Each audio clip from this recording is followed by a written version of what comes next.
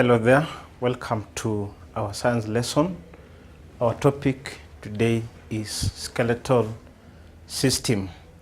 So we have been going through skeletal system, body systems in our previous lessons. We have come across several systems, and it is worth noting that every system is made up of organs, and organs are made up of tissues, and tissues are made up of cells. So we build system from the major component, which are the cells. So today we want to look at the skeletal system. Our question to help us understand the meaning of skeletal system is this: what is a skeleton?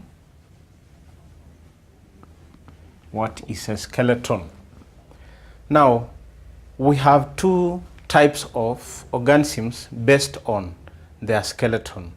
Those that have a rigid skeleton made up of bones, sometimes is called, they are called vertebrates, with specific feature which involves them having a vertebral column. But you also have those that have a skeleton without a vertebral column. They are called invertebrates. So you realize that all those organisms, both vertebrates and invertebrates, they have a skeleton.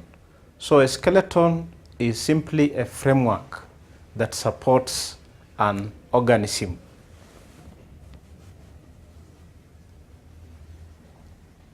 A framework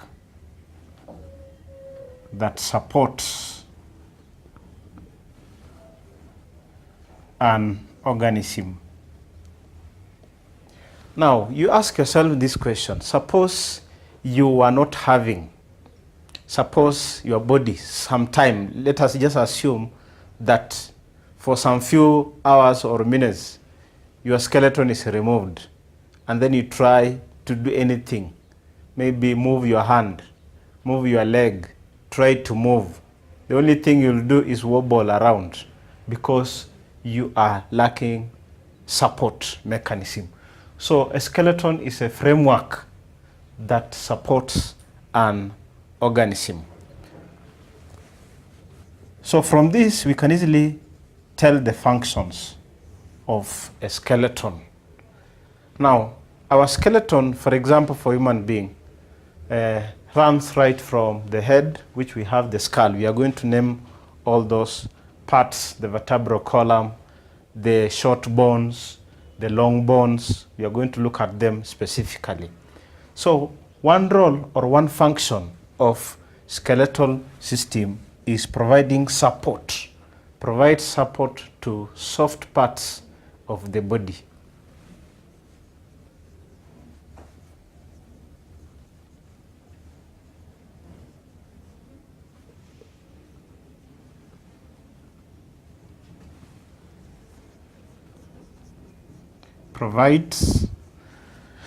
Provide support to the soft parts of the body. You have several soft parts of the body, e.g.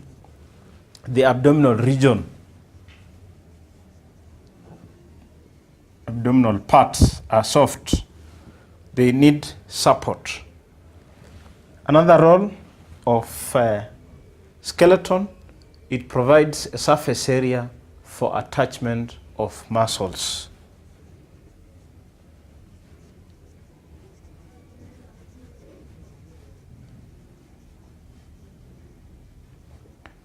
Surface area for attachment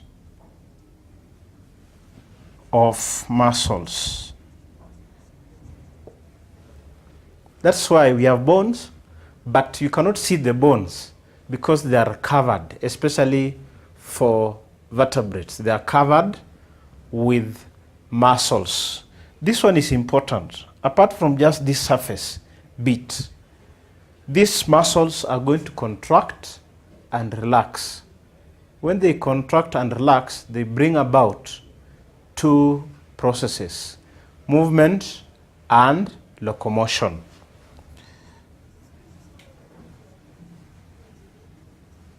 So the muscles contract and relax. When they relax, they bring about movement and locomotion. So we have muscles, but they are going to contract. Muscles have been attached to these bones, and then when they contract and relax, they'll bring about movements and locomotion. There's a difference between movement and locomotion. You can move your head while you are seated. That is movement from side to side.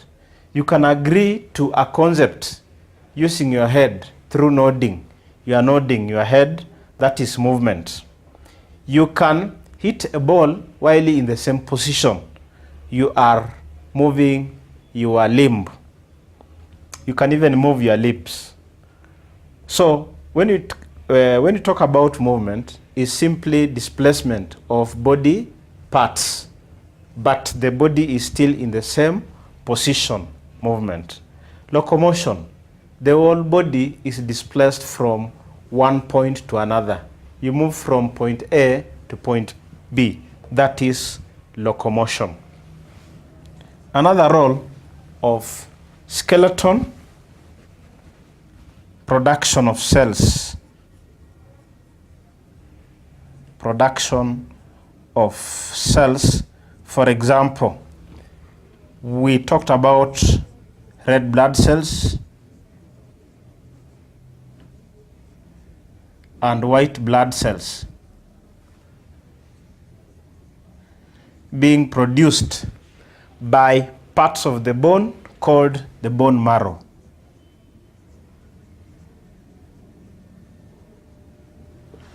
So because bones are part of the skeleton, they are used in the production, or they help in production of red blood cells and white blood cells, especially for adults. This concept cannot happen, or this function cannot be achieved in babies or in fetus, because fetus, most of the skeleton is made up of non-bony tissue called cartilage. Cartilage does not contain or does not have bone marrow. Another function of skeleton in terms of bones, again, storage of salts.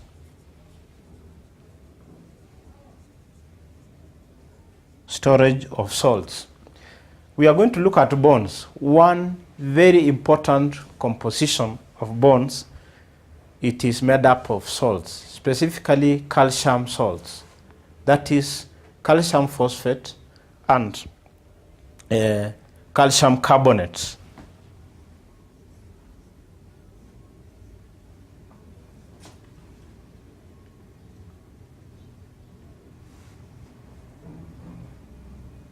Calcium phosphate and calcium carbonate, because they make part of the bones, then we can say that the skeleton helps in the storage of salts.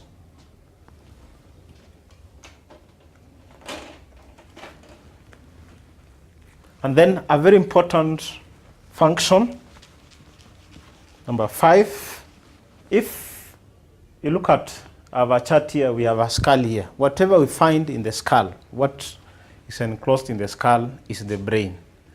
So the role of the skull there is to protect the brain, which is a very delicate part of the body. We are going to have another part called the rib cage. We are going to complete that chart. Ribs. Our ribs, inside the ribs, we have 2 important organs. You can name them. We have the lungs, and then you also have the heart. Those 3 organs, the brain, the lungs, and the heart, are very delicate. So they have to be protected from mechanical damage. Skeleton will perform that role. Protection.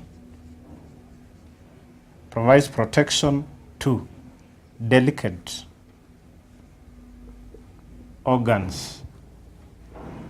We have given examples. You can go through the example. We have said the brain in the skull, protected by the skull,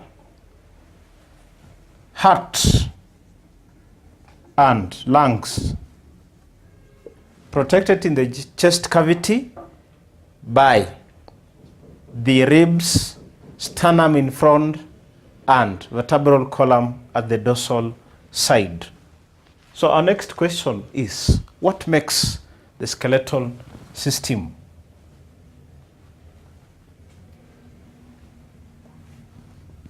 We have tissues called bony or bone tissue. We have cartilage tissue. And then we cannot talk about the skeletal system without mentioning muscles, muscle tissues.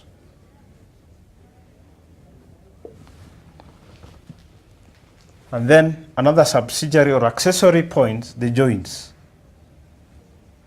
We're going to look at several joints. So we look at the first tissue, bone tissue.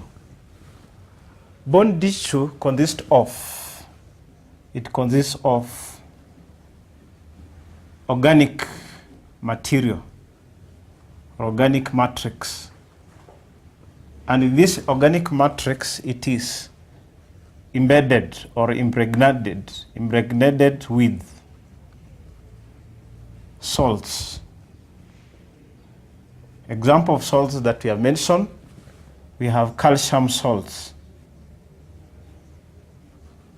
specifically carbonates and phosphate.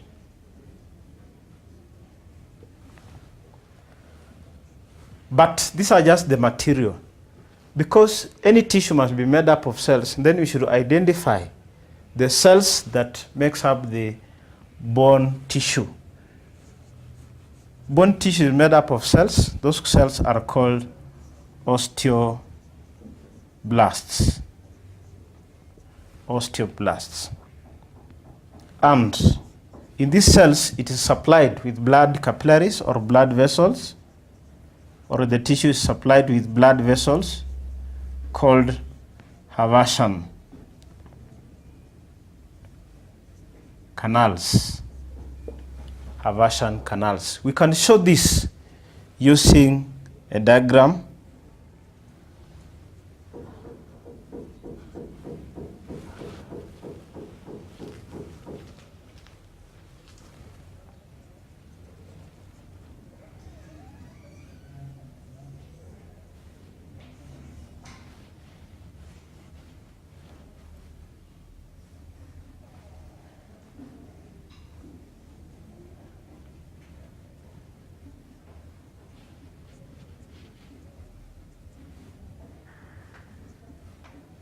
So these are the cells. We have said cells that make up bony tissue are called osteoblasts.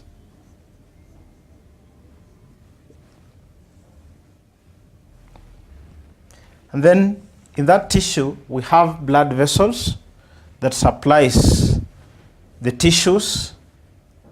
We call them as Hasaan canal. Now, like all blood vessels, Hasaan canal supplies bony tissue with nutrients.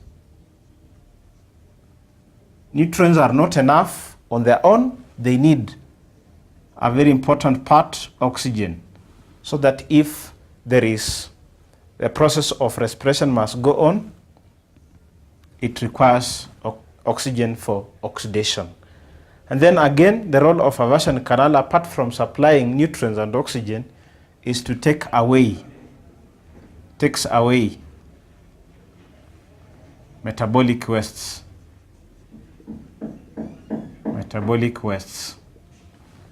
Remember, we have talked about how metabolic wastes are formed in cells. Specifically, during respiration, one of the metabolic wastes that will be produced is carbon dioxide. So for carbon dioxide to be taken away from bony tissue, it will take Hasaan canal to do that.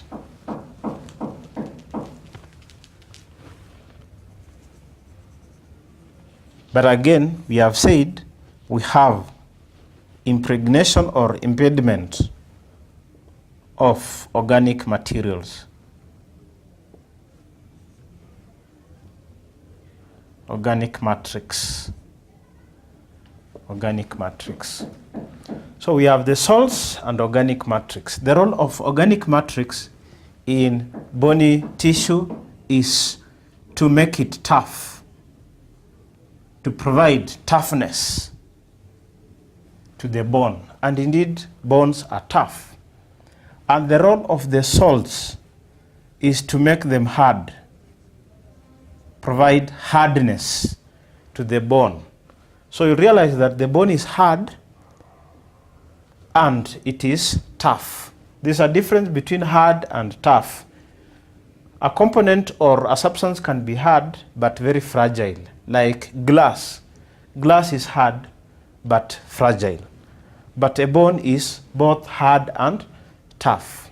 So that now it can accomplish the role of the skeletal system. Remember, we have said to provide support to soft parts of the body and also protect delicate organs. To do that, it requires bones to be hard and it requires bones to be tough. The other component of skeletal system we have said is the cartilage. Cartilage tissue. We have bony tissue, a bone tissue, and cartilage tissue. Cartilage tissue, just like bone tissue, consists of organic matrix. But now the difference is it has no salts. Without salts. Without salts. But with connective cells. So that one makes the cartilage tissue. Now, just like any other tissue, cartilage tissue is also made up of cells. It's made of cells. Those cells are called chondroplasts. Chondroplasts. Chondroplasts. We can show that using a diagram. So we have the chondroplasts, just a section.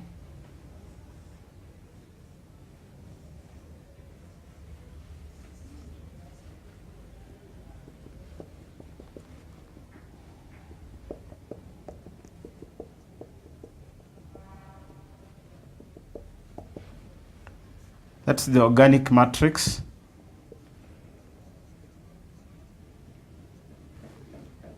Those are the chondroplasts.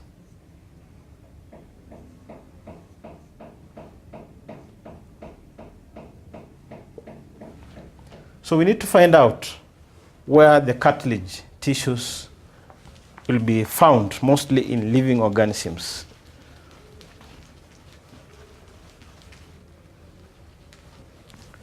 So it will be found in the following. For example, we have what you call cartilaginous fish. Cartilage or fish. For example, we have shark. The whole system, the skeletal system of shark is made up of cartilage. We have another one called ray fish. We have the shark fish and the ray fish. Fetus.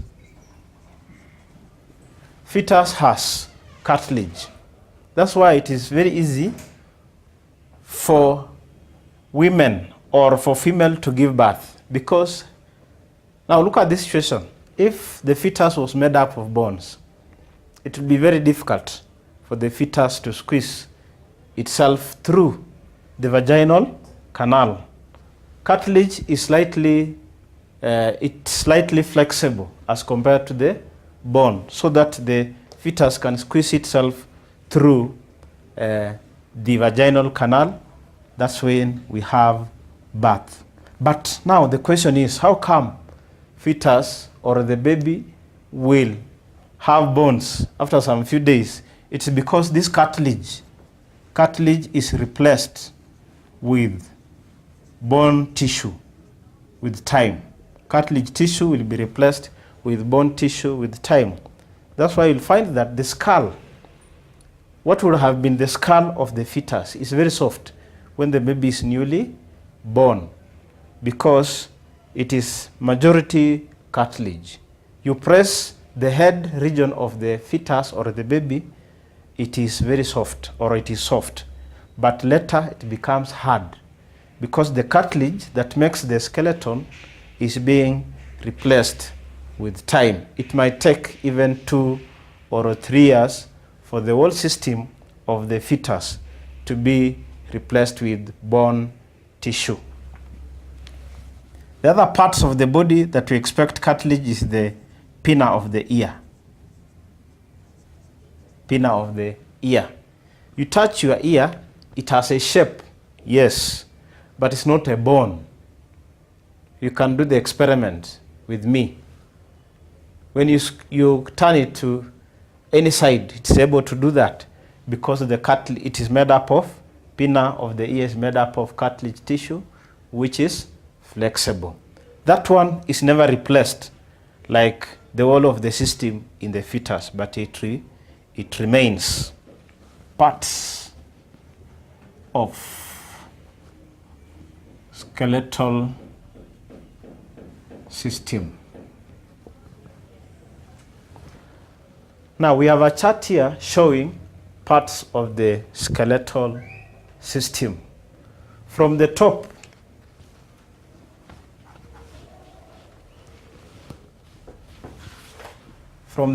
we have this part, that is the skull. We shall label the parts, then mention several, the modification and the structure. We have this part here. You can see that column with a series of short bones. That column is called vertebral column, but it's made up of bones. Those bones are called vertebrae. Vertebra, if there are many, there is an R there, vertebra.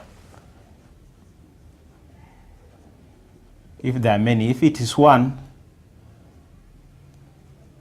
we call it vertebrae. This is singular. This is plural form. So many of them, they form a vertebral column from the skull down to the sacral vertebra. But we have different types of vertebra depending on the regions. So in the neck region, we have vertebra, but they are called cervical. Cervical vertebra. And then in the thorax region, we also have vertebra, series of vertebra. They are called thoracic. Thoracic vertebra.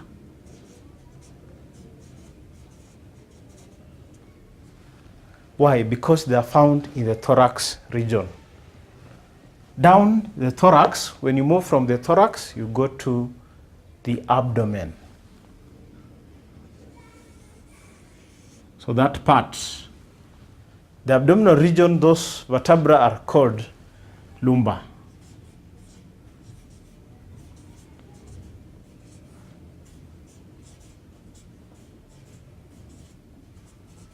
Lumbar vertebra.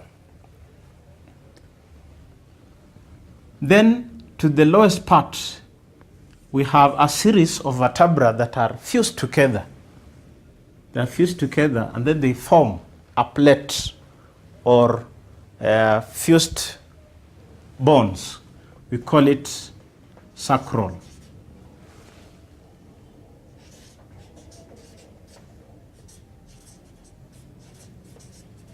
sacral vertebra.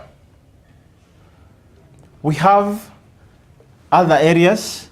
This part is called the pectoral girdle, but it's made up of two bones. We have the collar bone,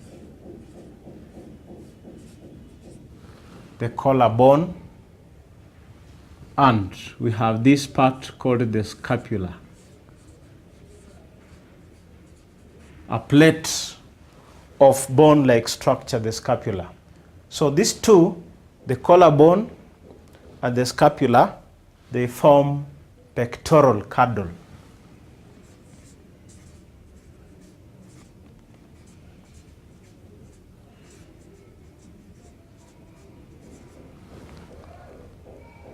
And then in the thorax region, we have ribs. It is not well drawn, but we have those ribs. Ribs are attached to the vertebral column at the back. We call the back region as the dorsal side. Ribs are attached to, or are attached dorsally to the vertebral column. But in front, we also have a bone here where the ribs are attached. We call it the sternum in front. We also have other parts of the long bones. That one is called the humerus.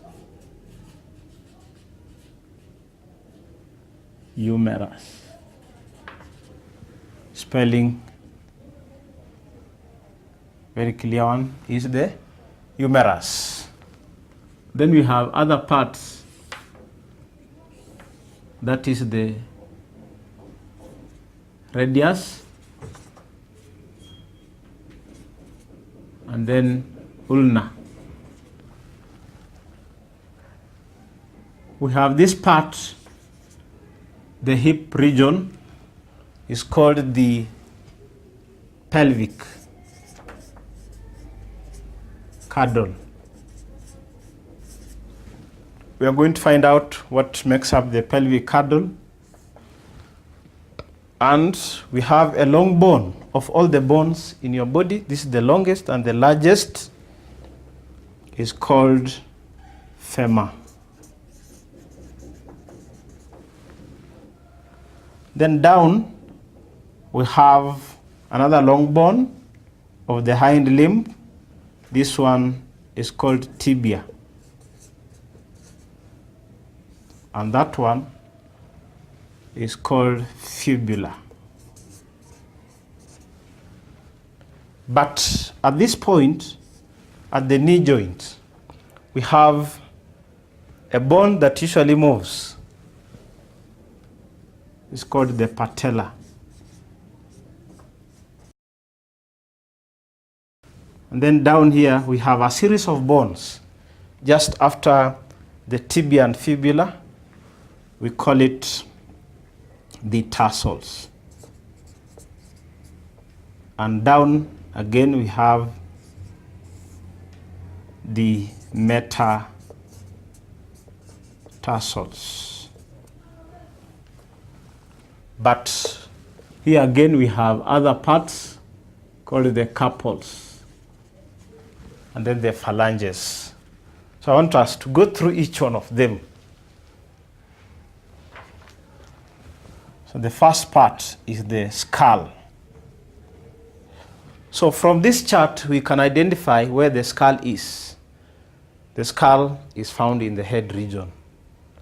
But that skull is made up of other parts, 3 parts. It is made up of series of bones, series of plates of bones that are fused together. Series of plates of bones that are fused together. So if this is a bone, let me just use a simple diagram here. We have 1, 2, 3, 4 bones. They are fused together to form this part of the skull. So this part of the skull shall be called the cranium. It's called the cranium. Therefore, cranium is made up of a series of bony plates that are fused together to form immovable joints.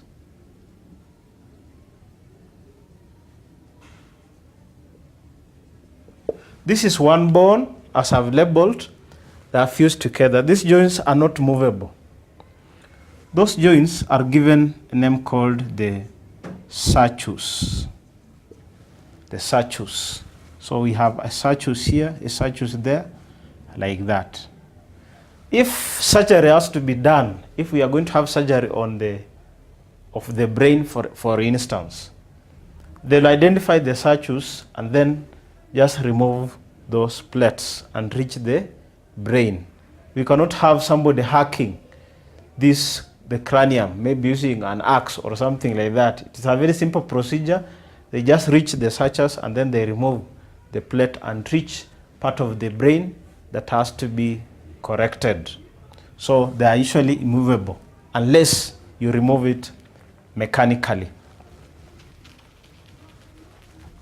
So I've already mentioned that the skull will be made up of a part called the cranium, which has a series of bones that are fused together. Another part is the upper jaw. The upper jaw.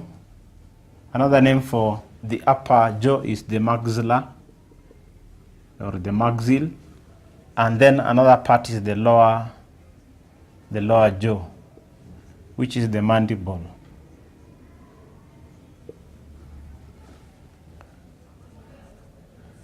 Now, from our description where the skull is, we can be able to give one or two functions of the skull.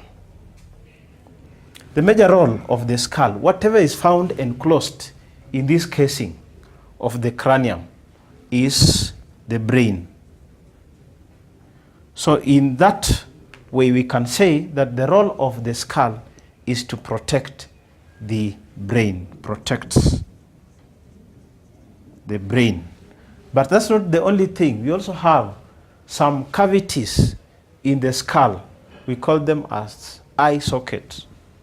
The eye socket. In the eye socket, we shall find the eyes. Why should the eyes be in the eye socket? So that again, they can be protected. Protection of the eye. And then we have talked about the upper and the lower jaws. We know what the jaws do. They have the joints, and then they can be able to move up and down to allow chewing. So the upper and the lower jaws, being part of the skull, they help, or they are involved in chewing. Chewing, that is. In chewing during feeding process. The second part is the cervical or the vertebra. Remember, I have said on the skeleton we shall have a series of bones from the skull to the sacral vertebra. To the sacral vertebra.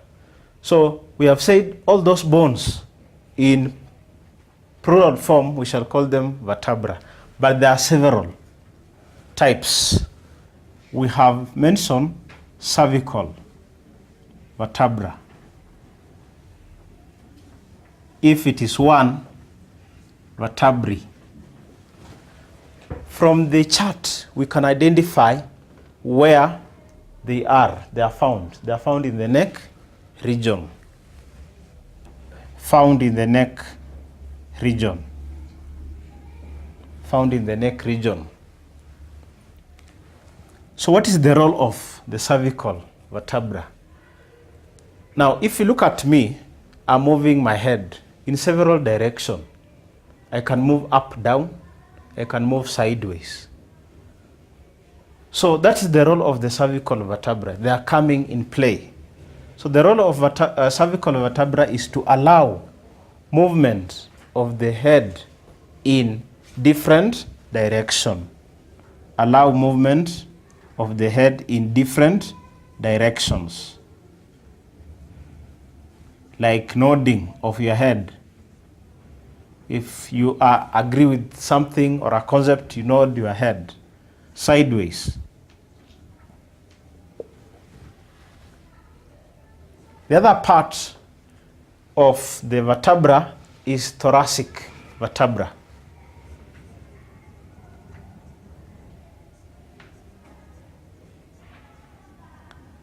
Thoracic vertebra. Just like the word suggests, thoracic, it is found in the thorax region, the chest, found in chest region. Found in the chest region. And you can see the role of that vertebra.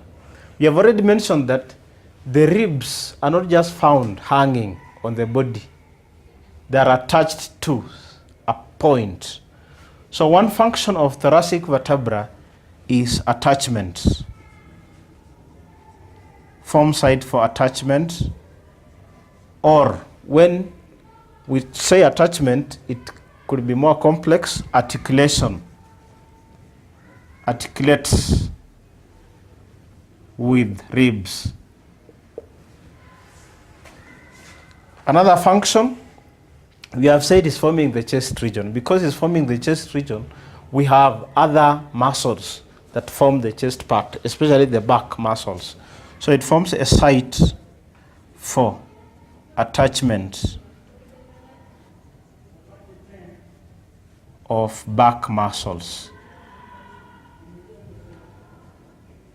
Forms a site for attachment of the back muscles. The other part is the lumbar vertebra.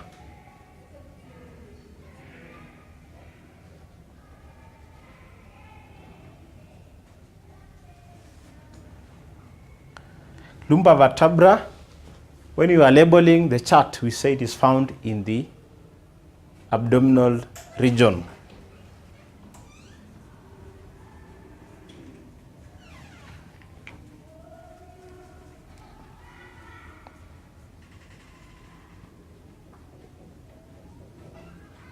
Abdominal region. And again, the role of lumbar, it forms a site for attachment of abdominal muscles.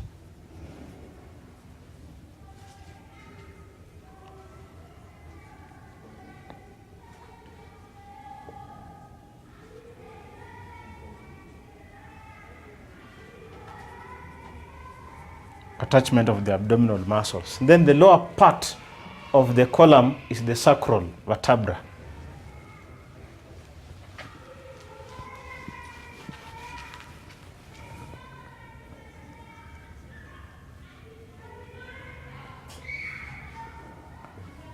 So for sacral vertebra, will be found in the hip region. But the structure is slightly different from cervical, thoracic, and lumbar, in that these bones, the vertebrae, are fused. Vertebrae are fused. And the role of sacral vertebra is for attachment, form site or surface area for attachment of back muscles, site for attachment of back muscles,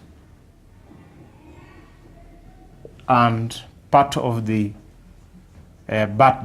buttocks, muscles of the back and muscles of the buttocks. The other region that we have to look at is the pectoral girdle.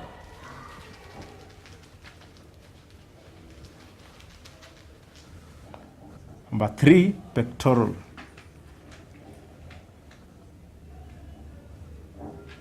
Pectoral girdle.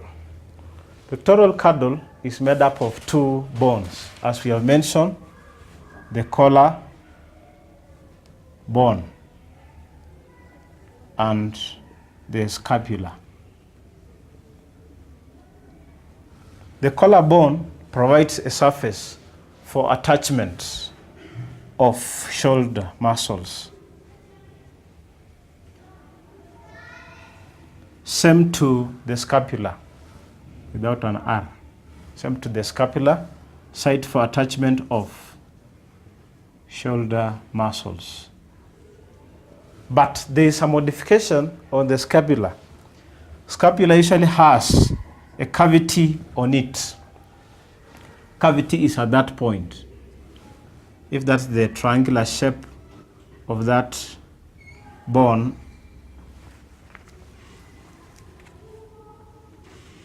it has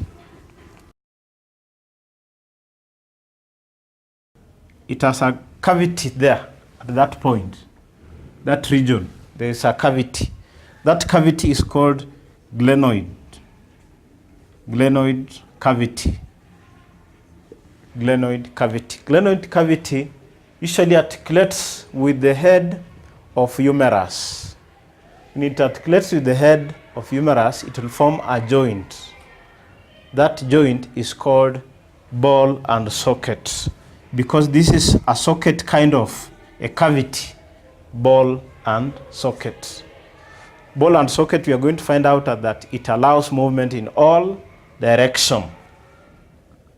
The other parts that we should also understand is the ribs. The ribs, there are almost 12 in number, 12 in total. The first 7 ribs are usually attached to 2 points. We have the sternum and the vertebral column. We have already found out the meaning of the vertebral column. So we shall have our 7 ribs at that point.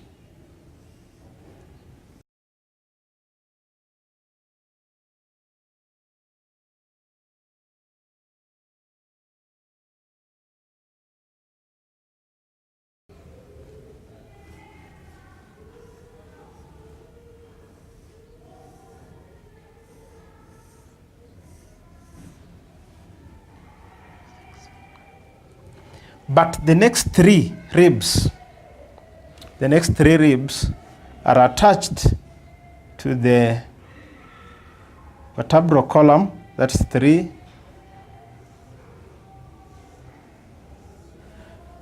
But they do not reach the sternum as a whole. They'll come and fuse at a point. They come and fuse at a point, making a cartilage.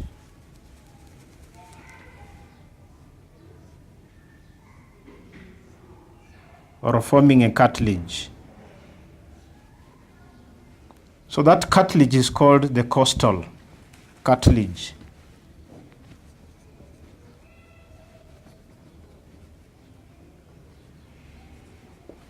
The costal cartilage. And the remaining 2 ribs, they just come at a point and then they thin out. Come at that point and then thin out. So for those reasons, the 2 ribs are called floating ribs. Floating ribs. So we have the ribs attached to the vertebral column dorsally. Dorsally means back, at the back side. And to the sternum.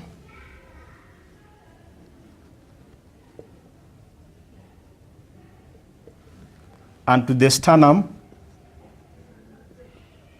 ventrally.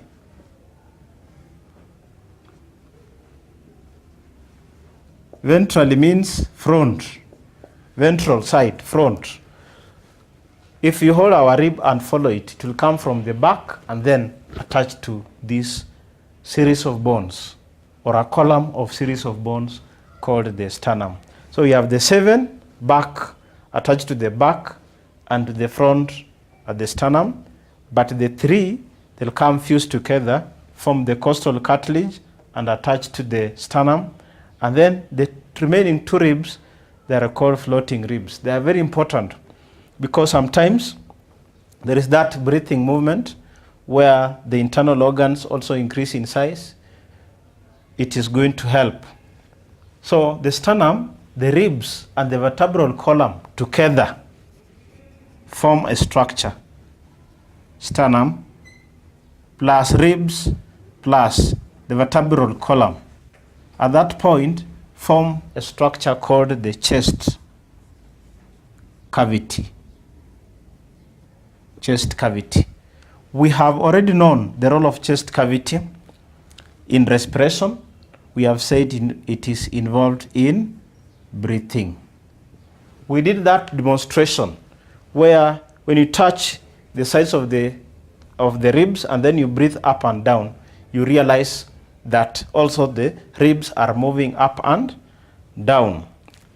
But apart from that, the chest cavity also, inside these ribs, we have two very important organs, the lungs and the heart. So it provides protection to the lungs and the heart. For breathing purpose, protection to lungs and the heart. There's something about the sternum that we should not forget to mention. Now, sternum, just like the vertebral column, is made up of a series of bones. Those series of bones, each one of them is called the sternabry, each one. So we are going to have a series of bones that will make the sternum, this part of the skeletal system. So we have looked at two major parts with several other areas.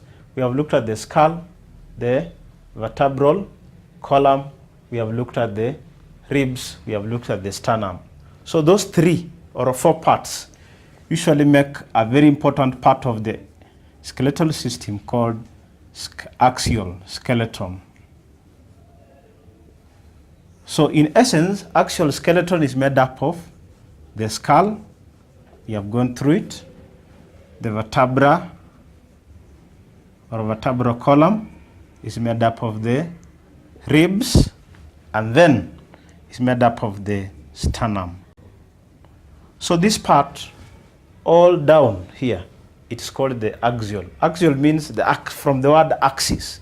It makes the middle part or the major part of the skeleton where all other bones are articulated to. So as we finish that lesson, let us look at the following question. One of them is this: state the roles of the following parts of the skeleton. So part A, skull. Part B is the vertebral column.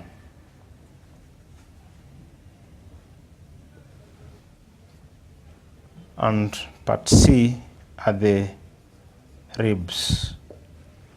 So we can go through together the skull. In this lesson, we have learned that the skull is made up of cranium.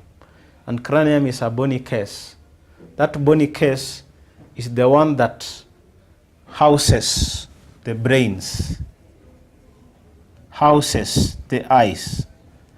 And because of that, it is hard. It is going to offer protection. Offers protection to these two parts, the brain and the eyes. That is true.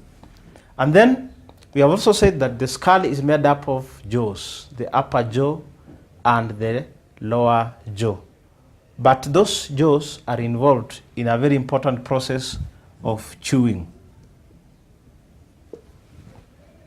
Then the vertebral column. Vertebral column, we have looked at it and we have said it's made up of a series of bone called vertebra. But if you look at the structure of each vertebra, which we do not go through because the structure of the vertebra is in that form.